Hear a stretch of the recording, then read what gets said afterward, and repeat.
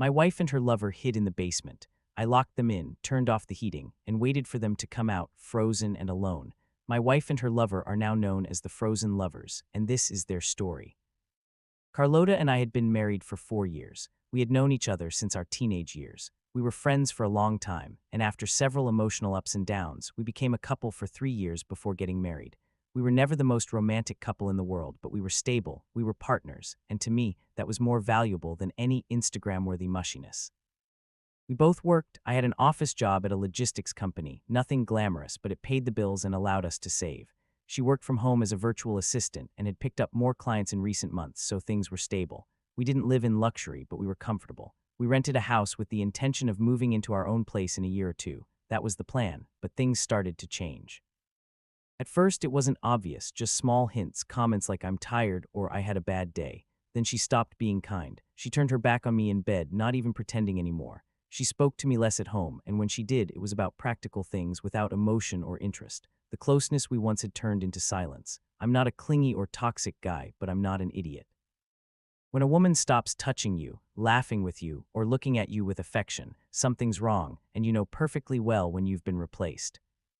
I started paying more attention, not in the sense of wooing her, but observing her, studying her. She was always glued to her phone, and when I say always, I mean it literally. She held it while cooking, eating, or riding in the car. Sometimes she even took it to the bathroom, and when she came out, she had that silly smile she hadn't given me in months. I tried inviting her out, to dinner, for a walk, to do anything together. She always had excuses. She was busy, had deadlines, or didn't feel well. It was clear she didn't want to spend time with me, and that only confirmed what I already suspected. But I had no proof, nothing, and that was what frustrated me the most. I didn't want to make a scene or play the victim without being sure. I wanted real evidence, something she couldn't deny or sugarcoat. One night I woke up around 2 a.m. She was fast asleep, her phone on the nightstand. Since she worked from home, she often didn't lock it or left it unlocked. But that night it was locked with her fingerprint. I said nothing, took her finger, unlocked the phone, and started checking. Nothing. Not a single suspicious message, no photos, no hidden chats. WhatsApp was clean, Messenger was clean, Instagram had no recent activity, but something didn't add up. How could she spend all day glued to her phone, typing nonstop, and have no conversations? What was she writing so eagerly if there was no record? I also checked her Google Maps location history. For weeks, she hadn't left the house. Everything matched what she told me, that she worked from home and didn't go anywhere.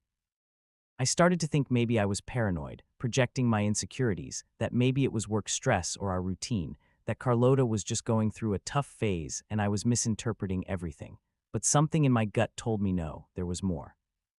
So I decided to cast the net a bit wider. One Saturday morning, I went for a walk around the neighborhood. At a nearby house, an older man was tending to his plants in the garden. I greeted him. He was one of those neighbors who's always home, who knows everyone's movements without needing to spy. After some small talk, I asked him directly, "Have you seen anything strange around here lately?" He gave me a half smile, lowered his voice, and said, "I think I know what you mean. I'm not saying for sure, but I've seen a guy show up at your house in the afternoons at least a couple of times." I felt a mix of anger and relief. Anger because it confirmed my suspicions, relief because I finally had something. It wasn't definitive proof, but it was a starting point. I thought about all the times Carlota asked me to notify the gas company or the cable technician. She always told me when someone was coming to the house, but lately she hadn't mentioned anything, and clearly, a guy was coming in without my knowledge. That could only mean one thing. So I talked to my younger brother and told him everything, no sugarcoating. He didn't hesitate to offer his help. Together, we set a little trap. I told Carlota I'd take advantage of the long holiday weekend to visit my parents and might stay overnight. I asked if she wanted to come, more out of courtesy than interest. As expected, she declined, saying she had too much work and preferred to stay home, but wished me a good rest. On the day of the trip, Carlota was unusually cheerful. She made me breakfast, helped pack my bag, gave me a long kiss at the door, and practically pushed me toward the car with a forced smile, as if she were eager to be alone. I drove a few blocks, turned around, and met my brother at a nearby park. I left my car there and got into his. We drove back to the neighborhood and parked half a block from my house. From his car, we had a clear view of the entrance. An hour passed, and then a dark car I'd never seen pulled up right in front of my house. A man in his 30s, dressed casually, got out with the confidence of someone arriving at their second home. He didn't hesitate to ring the doorbell. Carlota opened the door in less than 5 seconds. My brother and I exchanged a look without saying a word. There he was, the guy sneaking into my house when I wasn't there, probably sleeping in my bed, showering in my bathroom, and sitting on my couch like it was his. The guy stealing my wife while I paid the rent. We waited 10 more minutes to make sure they were settled. The goal wasn't to make a scene, but to teach them a lesson. My brother took out his phone and started recording. We got out of the car and walked to the house. I pulled out my keys. It was time for the show. We entered the house making a racket, slamming doors loudly and shouting, "I'm back," as if I'd forgot to let her know.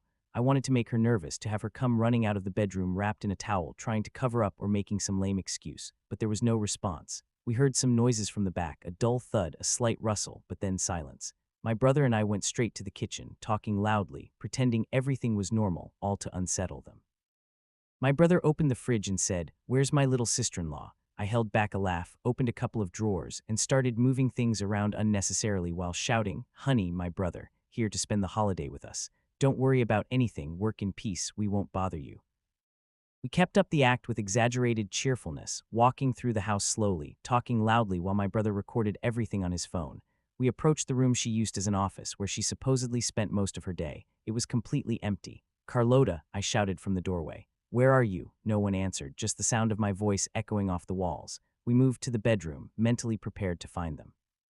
I thought we'd see them cowering in bed or the guy half-dressed with some pathetic excuse, but nothing, no one. My brother and I exchanged a glance. I motioned for him to stay quiet. We checked the closet, empty. He slid his phone under the bed to record in case they were hiding there. Nothing, silence.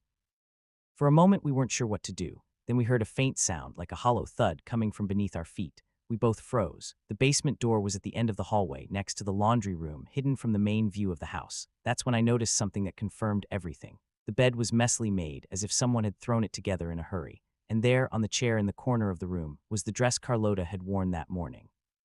Even more telling, tucked behind the chair, were a man's pants and shirt. There was no doubt now, Carlota and her lover were hiding in the basement. I approached the door slowly. It was slightly ajar, as if they hadn't had time to close it properly. I didn't make any sudden moves, just smiled. It was the perfect moment to improvise something on their level. "How strange, bro," I said loudly, stepping away from the door as if I hadn't noticed anything. "Carlota, not here. She didn't tell me she was going out. She must have gone shopping or for a walk." My brother caught on instantly, nodded, and put his phone away for a moment as I gently closed the basement door and locked it. Then I sent a message to our group of friends. "Change of plans. Parties at my house tonight. Bring whatever you want. I've got the meat." Over the next 2 hours, people started arriving, first a couple, then 4 more. In total, about 10 of us. Within half an hour, we were grilling meat, heating pizzas, and pulling beers from the fridge. Then I had the next idea. I turned off the central heater and lit the fireplace. "Guys," I said loudly with a laugh. I turned off the heater. "We're cozier here in the living room with the fireplace. Come on, gather around. Good thing no one's in the basement, because with this cold, they'd freeze to death down there." It was the middle of winter, and in this area that meant below zero temperatures. While the living room and kitchen were toasty from the fireplace and oven, the rest of the house turned into a freezer. The basement, no doubt, was even worse. In private, I told a few close friends what was going on. Not everyone, just the ones I trusted. They understood and joined in on the game. We kept up the charade, talking loudly, joking, cooking strong-smelling food, grilled meat, garlic pizza, cheesy potatoes. The smells filled the house, but Carlota and her lover held out. 3 hours passed. We gave them false hope by mentioning we'd all head out later to watch fireworks. Some even asked about Carlota. "How strange she's not here," one said. "She probably went to buy wine," I replied, laughing again. When someone asked why I didn't turn on the heater, I just threw more wood on the fire and said, "Gotta save money." By 5 p.m., a couple of Carlota's friends showed up. I'd invited them and they didn't know anything. They came in asking where their friend was. I greeted them with a smile. "She'll probably be back soon. Maybe she went to get dessert or something for the toast." I offered them hot wine, perfect for the cold. The party went on, and by then, most people had forgotten the original reason for it. We were all having a good time, talking, laughing, eating, with music in the background and a cozy warmth in the living room. Meanwhile, down below, their hell was a different kind. I could only imagine the cold they were enduring, half naked, in the dark, hungry, slowly freezing while hearing our laughter, conversations, the sound of food, and the music, unable to do anything. By 7 p.m., with the group in high spirits, I made a decision. If they didn't come out on their own, I'd announce we were all going to the basement for something, just to open the door and expose them. But it wasn't necessary. Shortly after, I heard the basement door's latch rattling. They were trying to open it. I stood up immediately and signaled my brother, who understood instantly. He turned off the music, and everyone in the room fell silent. From the basement door, we could clearly hear soft, hesitant knocks, then more insistent ones. One of Carlota's friends, still clueless, asked, "Who's in the basement?" My brother, phone in hand, started recording again. I approached the door slowly, feigning concern, and grabbed the baseball bat leaning against the furniture. Standing by the door, I asked loudly, "Who's there?" There was a moment of silence. No one answered at first. "I upped the ante. Bro, call the police. I think there's an intruder in the house." Just then, a weak, trembling voice came through. "It's me. Please open the door." It was clearly Carlota, but I pretended not to recognize her. "Who are you? What are you doing in my house? Speak louder. I can't hear you." Desperate, she shouted with all her strength, "It's Carlota, damn it. Open the door. I'm freezing." She started pounding on the door harder, the sound of her fists echoing against the wood. Some guests jumped, others, in on it, struggled to hold back laughter. My brother kept recording, a poorly concealed grin on his face. I put on an exaggerated look of surprise and said, "But honey, what were you doing in the basement? And where's the key?" I started packing, pretending to search for it, opening drawers pointlessly. Carlota's friend, still confused, approached. "What's going on? Why is Carlota in the basement?" I didn't answer, just dragged out the scene as long as I could. Finally, I gave an over-the-top slap to my forehead and exclaimed, "Oh, I know where I left it." I reached into my pocket and pulled out the key with the most dramatic gesture possible. My friends burst into laughter. Even the ones who didn't know what was happening were hooked. I approached the door, took my time turning the key in the lock, paused, took a deep breath, and finally opened it.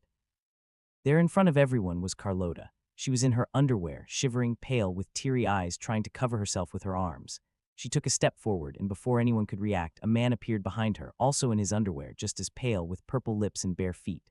No one said a word, just the sound of phones snapping photos. My brother kept recording. I launched into my victim act, putting on a look of shock and asking loudly, "Carlota, who is this man?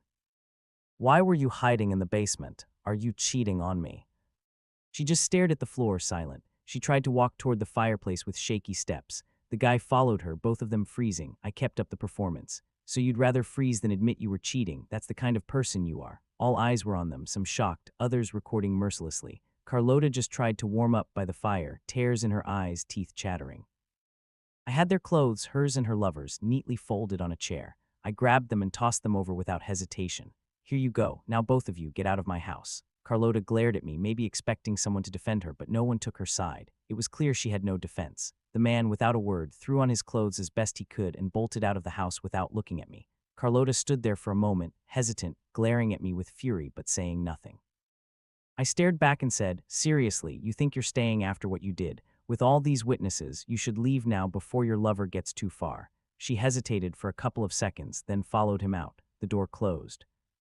For a few minutes, no one spoke. The atmosphere was strange, a mix of second-hand embarrassment and stifled laughter. Then my brother broke the ice. Man, that was epic. We burst into laughter. One by one, people came up to ask how I'd figured it all out, so I told them the story. The photos of the frozen lovers started circulating in the group. I handled the legal side. Knowing Carlota might try something dirty, I cut her access to our joint account before she could do anything.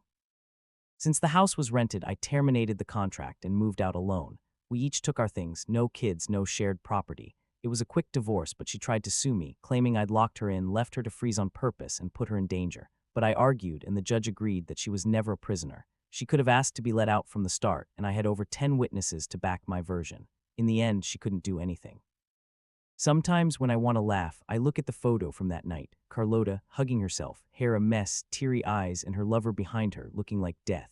And sometimes, just for spite, I share it again on social media.